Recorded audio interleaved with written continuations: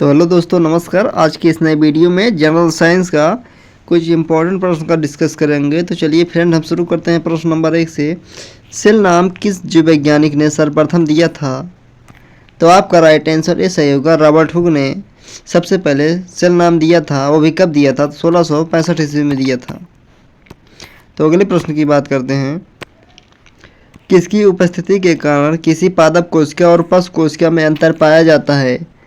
तो आपका right answer भी सही होगा। कोशिका भेद के कारण पादप कोशिका और पशु कोशिका में अंतर पाया जाता है।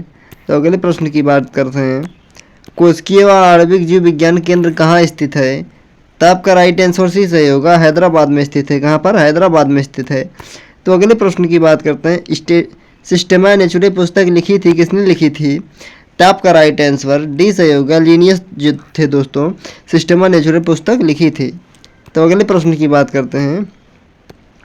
फूल गोभी के पौधे का कौन सा भाग खाया जाता है? जो फूल गोभी होता है, इस पौधे का कौन सा भाग खाया जाता है? तो आपका राइट आंसर सही होगा। पुष्प जो कर्म होता है फूल गोभी का, वही भाग खाया जाता है। तो अगले प्रश्न की बात करते हैं। पारिस्थितिक तंत्र शब्दावली किसने प्रस्तुत किया था? तो आपका राइट आंसर भी सही होगा। टेंसले ने पारिस्थितिक तंत्र शब्दावली की प्रस्तुत किया था। तो अगले प्रश्न की बात करते हैं। सौर ऊर्जा किससे प्राप्त होती है? तो आपका राइट आंसर सी सही होगा। सूर्य से दोस्तों सौर ऊर्जा प्राप्त होती है। तो अगले प्रश्न की बात करते हैं।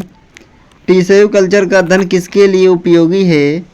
तो आपका राइट आंसर डी सही होगा। आनुवंशिकी के लिए टिश्यू कल्चर का अध्ययन उपयोगी है। तो अगला प्रश्न है। प्रकाशानुवर्ती संचलन किसके द्वारा नियंत्रित किया जाता है?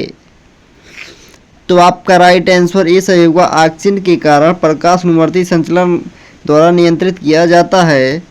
तो अगला प्रश्न है। बौने पौधों को किसके अनुप्रयोग से लंबा किया जा सकता है? तो आपका राइट आंसर दोस्तों भी सही होगा। साइटोकिनिन जो होता है, बौने पौधे को अनुप्रयोग से लंबा किया जा सकता है। अगला प्रश्न है। विकास की प्रक्रिया में मनुष्य का निकटतम प्राणी है? तो आपका राइट आंसर दोस्तों सी सही होगा। आपका राइट आंसर सी सही होगा। बंदर जो है विकास की प्रक्रिया में मनुष्य का निकटतम प्राणी है। तो अगला प्रश्न है। मनुष्य में अवशेषीय अंग कौन सा है? तो आपका राइट आंसर दोस्तों डी सही होगा। कर्णपल्लोपेशिया जो है मनुष्य में अवशेषीय अंग है। अगला प्रश्न है। हिस्टोलॉजी शब्द का प्रयोग सबसे पहले किसने किया? तो आपका राइट आंसर दोस्तों ए सही होगा। मेयर जो थे दोस्तों, हिस्टोलॉजी शब्द का प्रयोग सबसे पहले किया था। अगला प्रश्न है। किस प्रकार के ऊतक शरीर की सुरक्षा कवच का कार्य करते हैं? तो आपका राइट आंसर दोस्तों भी सही होगा। एपिथेलियमी जो ऊतक होता है शरीर की सुरक्षा कवच का कार्य करते हैं। तो अगला प्रश्न है। मनुष्य की त्वचा सबसे मोटी होती है कौन से?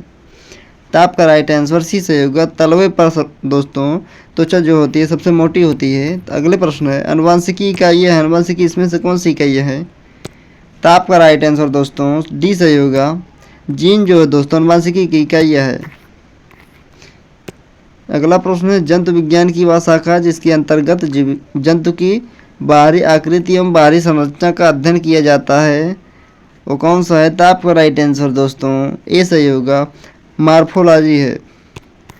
तो अगला प्रश्न है। कीड़ों के अध्ययन को कहते हैं, इनमें से कौन सा है? तो आपका राइट आंसर दोस्तों बी सही होगा। एंटोमोलॉजी जो है कीड़ों को अध्ययन कहते हैं।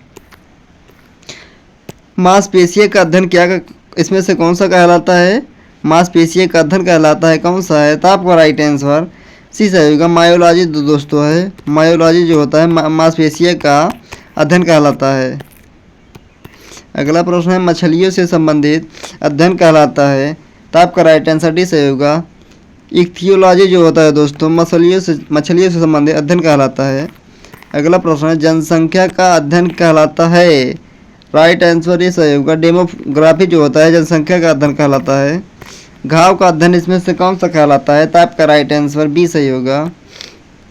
ट्रोमेटोलॉजी जो होता है घाव का अध्ययन कहलाता है।